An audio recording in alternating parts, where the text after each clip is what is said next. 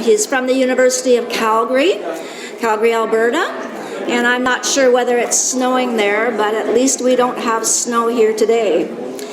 So, in introductions with the bio for Dr. Myers, Dr. Myers is Associate Professor of Medicine and Director of the Viral Hepatitis Clinic at the University of Calgary. He received his internal medicine training at the University of Western Ontario, gastroenterology fellowship at the University of Calgary, and hepatology research fellowship at the Université de Paris, in Paris, France. In 2008, Dr. Myers was awarded the Master's of Science in Epidemiology from the University of Calgary for his thesis entitled The Epidemiology and Natural History of Primary Biliary Cirrhosis in the Calgary Health Region, a population-based study. So without further ado, I would like to introduce Dr. Myers to present on the management of hepatitis C, new Canadian recommendations. Thank you. Thanks a lot, Fran, and thank you very much to the organizers for inviting me to come out here and for everybody attending. So I'm going to talk about new Canadian recommendations for the management of hepatitis C. I'm part of the Canadian Association for the Study of the Liver, who have written these guidelines, and they should be available within the next month or so, hopefully. They're in the final editing stages. So I do have some financial interests to disclose. And these are my objectives. I'm going to basically review these management guidelines for hepatitis C. I was going to discuss the burden of hepatitis C, but Dr. Krajden did such a fantastic job before me, I'm going to skip that. I'll talk about pre-treatment assessment of patients with hepatitis C, and then therapy of treatment-naive, untreated, and previously treated patients. I'm going to focus my talk on patients who have genotype 1 today, because the new direct-acting antivirals that we heard a little bit about are limited to those patients. Recommendations for patients with genotype 2 and 3 really are not any different than they were in our previous consensus guidelines. I'm going to talk a bit about the adverse effects of these medications, some drug-drug interactions that you need to be aware of, and as well, very briefly, talk about antiviral resistance, because this is something that we didn't really consider when we were talking about dual therapy with interferon and ribavirin. So the question is, who should be treated? Dr. Krajden alluded to this a bit earlier. This is from what's called the Common Drug Review, which is an organization which makes recommendations about approvals of new therapies within Canada. And essentially they're identical for these two new protease inhibitors, boceprevir and telaprevir.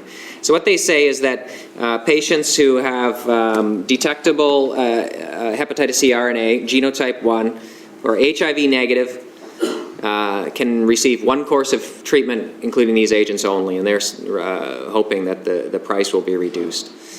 That's reasonable. The HIV negative part, however, I think will change, because we are doing studies to assess the safety and efficacy of these drugs in those patients. What's a bit controversial, however, is shown on the bottom here, is that patients have to have fibrosis on a biopsy of at least stage 2 to 4, so moderate to severe fibrosis. So this is a limitation because patients require biopsies, which have potential complications. And as well, it requires a minimum of at least moderate fibrosis.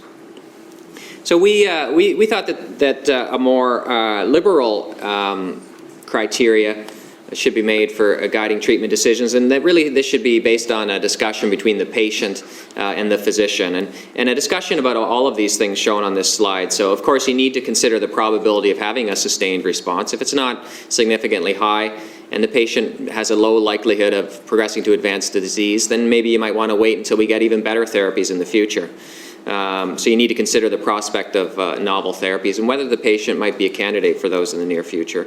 We think about the tolerability of these drugs and whether or not an individual patient might tolerate some of the side effects. What's the patient's life expectancy? Can they be expected to benefit from a cure of their hepatitis C? Some patients have extrahepatic manifestations of hepatitis C, so outside of the liver, which may respond to antiviral treatment. And then lastly, and certainly not least, there are issues of infectivity or stigma. Some patients are very concerned about transmitting this virus to others. So I think we need to consider that when we're deciding on who we should be treating. So our recommendations are that really all patients with chronic hepatitis C should be considered candidates for antiviral therapy, particularly those who have some degree of fibrosis. People who have extrahepatic manifestations or other than liver-related manifestations should be considered. And Dr. Cratchton alluded to this earlier, the issue of having normal ALT. Having persistently normal ALT should not exclude a patient from antiviral therapy, because we know that those patients respond as well to treatment as somebody who has elevated ALT. And if you do biopsies on those patients, roughly a quarter to a third of them will actually have significant liver disease on liver biopsy. So this is clearly something that needs to be changed, and we actually recommended that in our last guidelines in 2007, but they didn't listen. So I heard you got applause when you mentioned that, Mel, so I had to...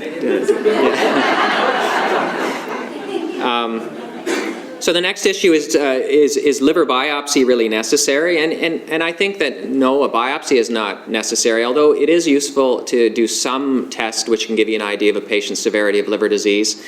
It gives you an idea as to their prognosis, really how urgently they need therapy. And if a patient has a cirrhosis, for example, they need surveillance for liver cancer or esophageal varices. So a knowledge of a patient's fibrosis severity does give you useful information. I would say that this threshold that they recommended of at least stage 2 fibrosis is really based on old literature with drugs that weren't particularly effective. And this threshold was recommended because it was felt that if somebody had at least stage 2 fibrosis, then they would have benefits of treatment as opposed to waiting. So also remember that biopsy is not a perfect gold standard, so biopsies make mistakes. We know that in roughly 20 to 30% of cases, the amount of scarring on a liver biopsy is not actually accurate. So it's a flawed gold standard. And then lastly, one of my areas of interest are non-invasive alternatives to liver biopsy, which I think are ready to be used in the clinic, and in fact we're making a lot of use of them in our clinic in Calgary. So this slide is quite busy, and I don't expect you to record all these details.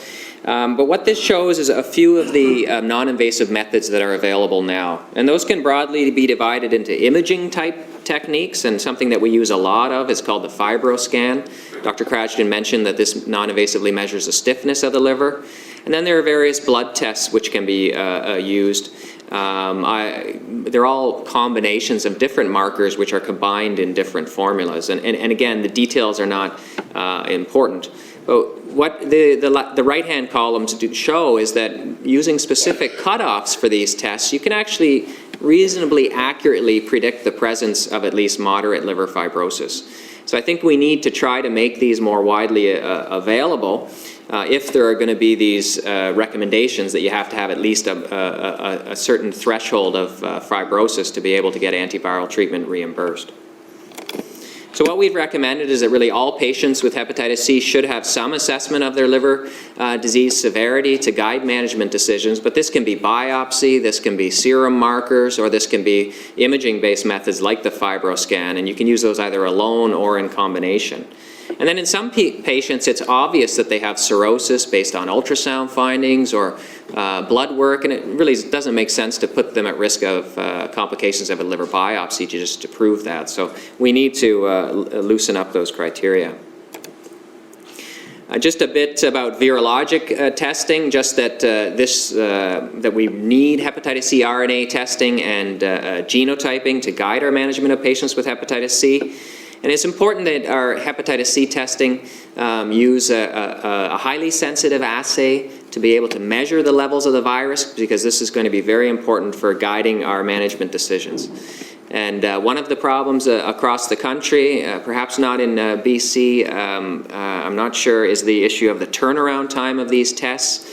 We'd like for these tests to be available within a maximum of a week.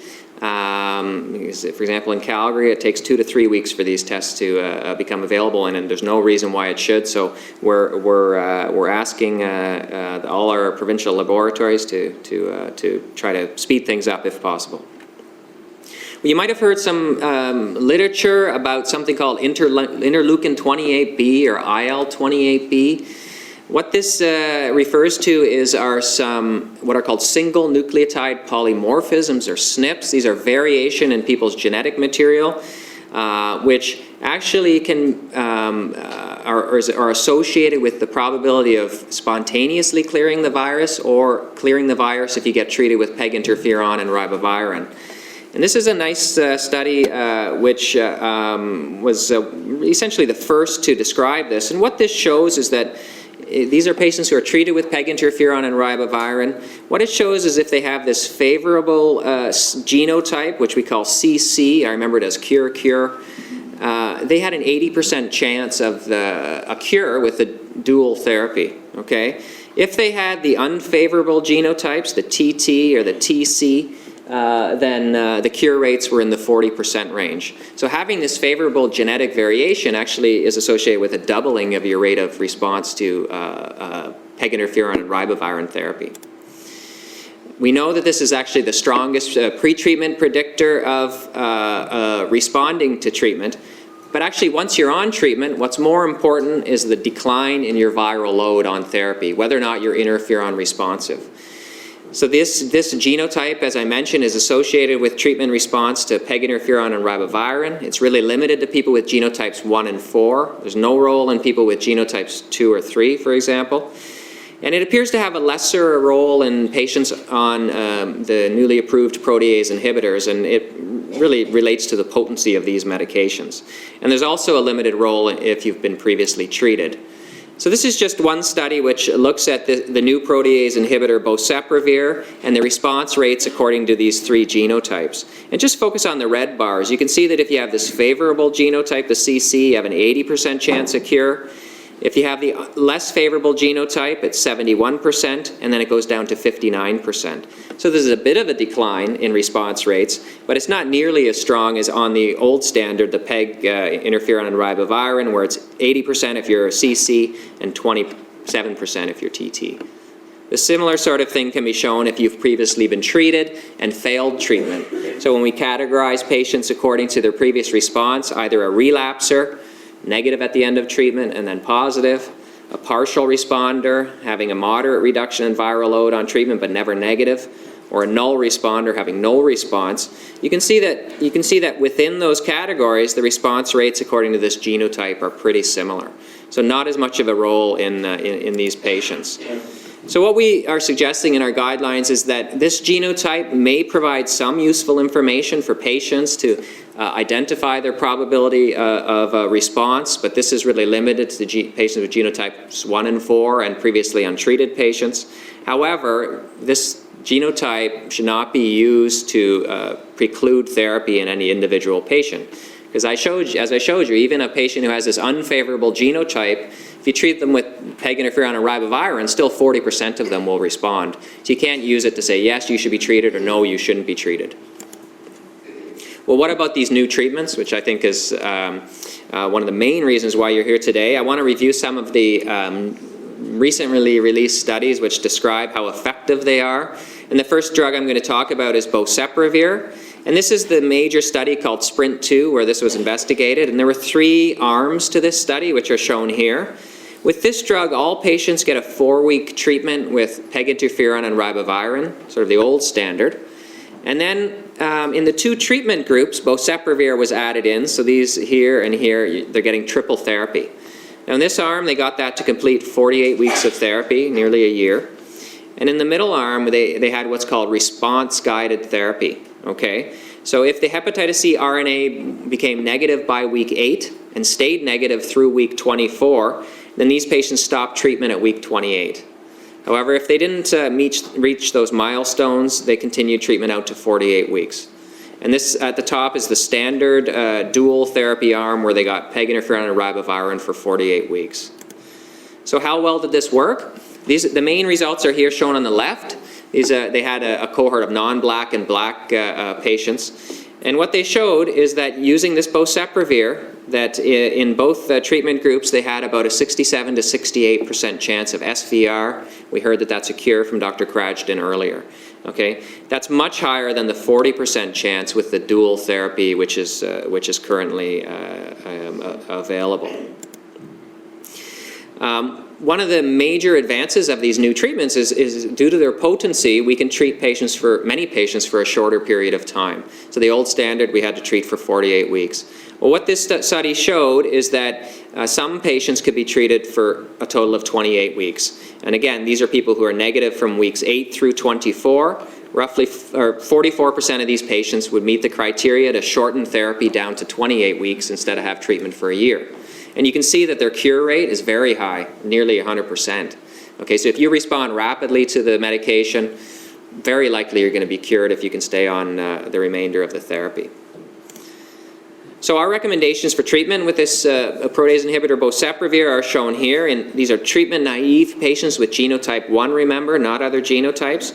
We'd recommend that first they get 4 weeks of this dual PEG interferon and ribavirin. Check a hepatitis C RNA level at week 8. If it's undetectable through week 24, you can stop treatment at week 28. And they have this 24 weeks of triple therapy in here. Okay? If you're a late responder, in other words, detectable at weeks 8 or anytime through week 24, you stop the boceprevir at week 28, but then you have to have an extra 20 weeks of PEG interferon and ribavirin, so to consolidate your response.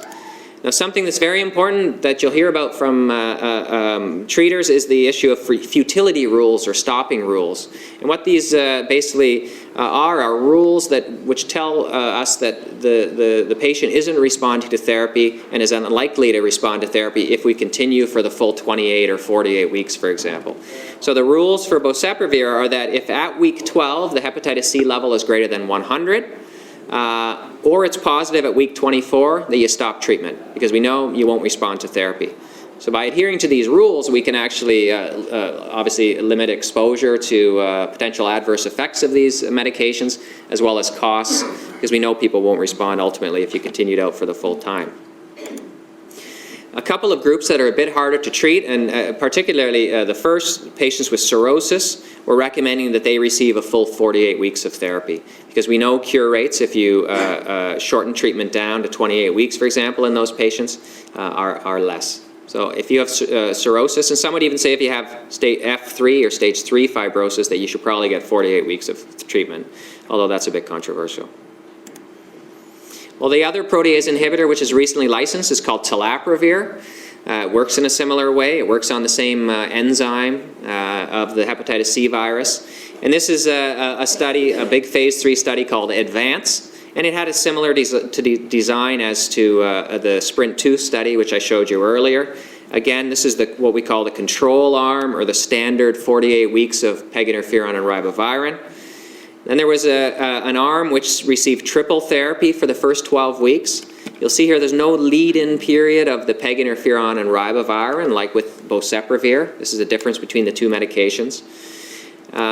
So they get triple therapy for 12 weeks.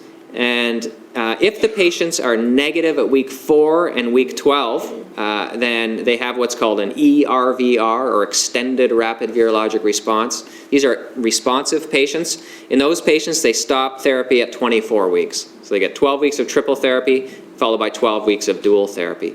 If they don't have that, then they continue out for an additional 24 weeks of dual therapy. And then the second arm was an arm where they gave patients the telaprevir only for 8 weeks instead of 12 weeks. And then it was the same design regarding this response-guided therapy. So here are the overall results. What you can see is the old standard PEG interferon and ribavirin cured 44% of these patients. But adding the telaprevir in for the 12 weeks or the 8 weeks led to a 69 to 70% chance of cure. So a markedly improved rate of response, as shown earlier with boceprevir. What about the proportion of patients which would qualify for shortened treatment, so down to 24 weeks instead of a year? These people are negative at week 4 through 12. You can see that 57 to 58% of people met this criteria. And if they did, they also had very high response rates, in the 90% range if treated for 12 weeks of telaprevir. So a major advance of these new drugs. You can treat people for lots of people for a shorter period of time. This was just another study where they looked to validate this response-guided therapy approach. It was called Illuminate. And what it showed is that cure rates of 90% or so were seen in the people who qualified for the shortened therapy and only got 24 weeks of treatment. So our recommended treatment algorithms for using telaprevir are shown here. It's similar to the boceprevir algorithms I showed earlier with a few modifications. So if you have this ERVR, or you're a good responder, i.e. negative at week 4 and week 12, you only need triple therapy for 12 weeks, and then double therapy with PEG interferon and ribavirin for another 12 weeks. So you stop at week 24. Again, this happens in close to 60% of patients.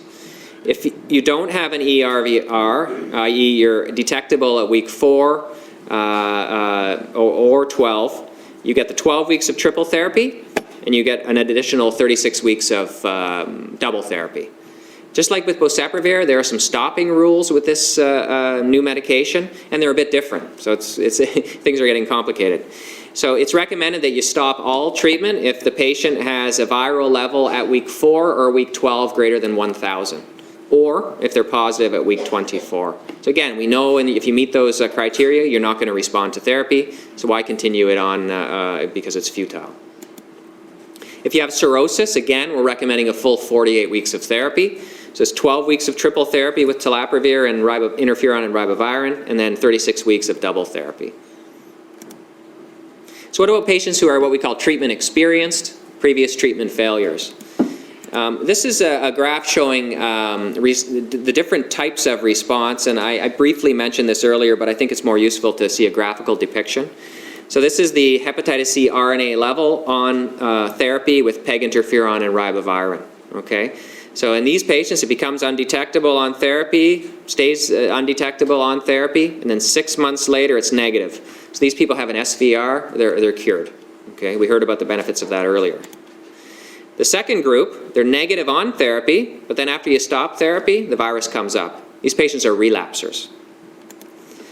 And then in the third and fourth groups, these are non-responders, and there's two different categories. One of them is that you have a moderate reduction in your viral load on therapy, but you never become negative, okay? This is at least a 100-fold reduction by 12 weeks of treatment. You never become negative on treatment. And those patients are called partial responders, okay? And then the last group, they really have no reduction on therapy, and those people are called null responders, okay? So I wanted to review this because on the following slides, you're going to see these subgroups defined. So there are a few phase 3 studies which have looked at using these protease inhibitors in treatment-experienced patients. And this is data from the Respond-2 trial, which tested boceprevir. And what this study included was very similar to the previous algorithm. There was a standard double therapy arm for 48 weeks. And then there was a triple therapy arm, which included this response-guided therapy based on your response rate, and then a full 48 weeks of therapy with no response-guided therapy. I'm not going to go over the specific details. There were subtle differences in the treatment regimens from the first, the Sprint-2 study I mentioned. It's not really important. What's more important are the results. And what they showed is that in patients who received boceprevir, the triple therapy, there was a significant improvement in cure rates compared with dual therapy with PEG interferon and ribavirin. So overall, about 60% of patients got cured with the triple therapy versus only about 20% with the dual therapy. And if you look at patients categorized according to their previous response to the PEG interferon and ribavirin, the dual therapy, you see that prior relapsers, they actually had a very good response rate if you treated them with triple therapy, up in the 70-75% range, as opposed to 30% with dual therapy. And then the partial responders as well, they had an excellent improvement in response rates, anywhere from 40 to 52%. One thing that I did not show you is the response rates in null responders who have no response to the previous peg interferon and ribavirin. They weren't included in that study. However, another small study was published or has been reported since then, and it showed that about nearly 40% of those were cured with triple therapy with boceprevir. So what about the response rate according to the severity of your liver fibrosis? So this shows the responses in people who have cirrhosis versus in people who don't have cirrhosis. And what you can see in green is the patients with cirrhosis, if you use this response-guided approach, that they only had a 35% chance of cure. But if you treated them for the full 48 weeks, they had a 77% chance of cure. Okay? So this is why we want to treat cirrhotic patients for 48 weeks, as opposed to shortening treatment down according to a response-guided therapy approach. You can see that if you don't have cirrhosis, that you have the same response rate whether or not you get treated according to response-guided therapy or for a full 48 weeks. So this is our algorithm for treatment of relapsers and partial responders with boceprevir. And remember, this applies to non-cirrhotic patients only. So if you're an early responder, you get 4 weeks of peg interferon and ribavirin. You add boceprevir at that point to peg interferon and ribavirin. And if you're undetectable at week 8 through to week 24, you can stop treatment at week 36. Okay? If you don't achieve those milestones, you're more difficult to treat. And essentially after week 36, you add in a 12-week tail of the peg interferon and ribavirin. So you stop treatment at 48 weeks. And again, you need to pay attention to those futility rules I showed you earlier. If you're a null responder or you're a patient with cirrhosis, then you follow a similar regimen, except you need to continue the triple therapy out to week 48 in order to maximize your chances of a response.